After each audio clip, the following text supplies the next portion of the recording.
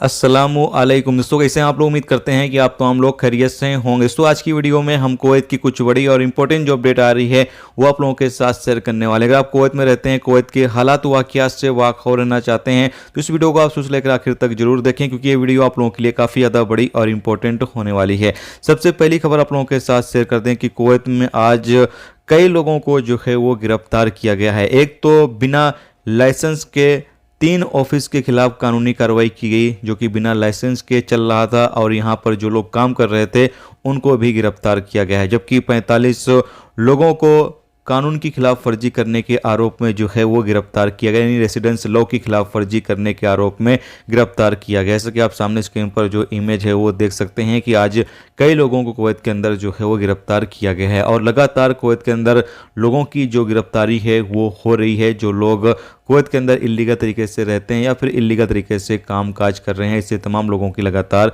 गिरफ्तारी हो रही है।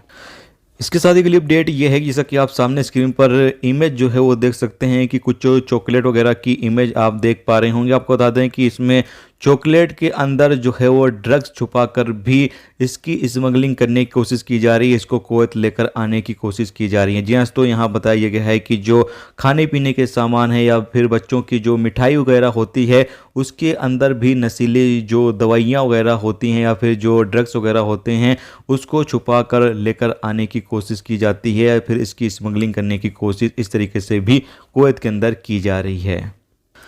इसके साथ अगली अपडेट यह है कि कुवैत के ओमारिया इलाके में एक बिल्डिंग जो है वो तैयार हो रही थी और बिल्डिंग की छत जो है गिर जाती है, जिसमें 4 मजदूर जो काम कर रहे थे वो जख्मी हो गए हैं। हालांकि उनको हॉस्पिटल में भर्ती करा दिया गया है, जहां पर उनका इलाज फिलहाल चल रहा है।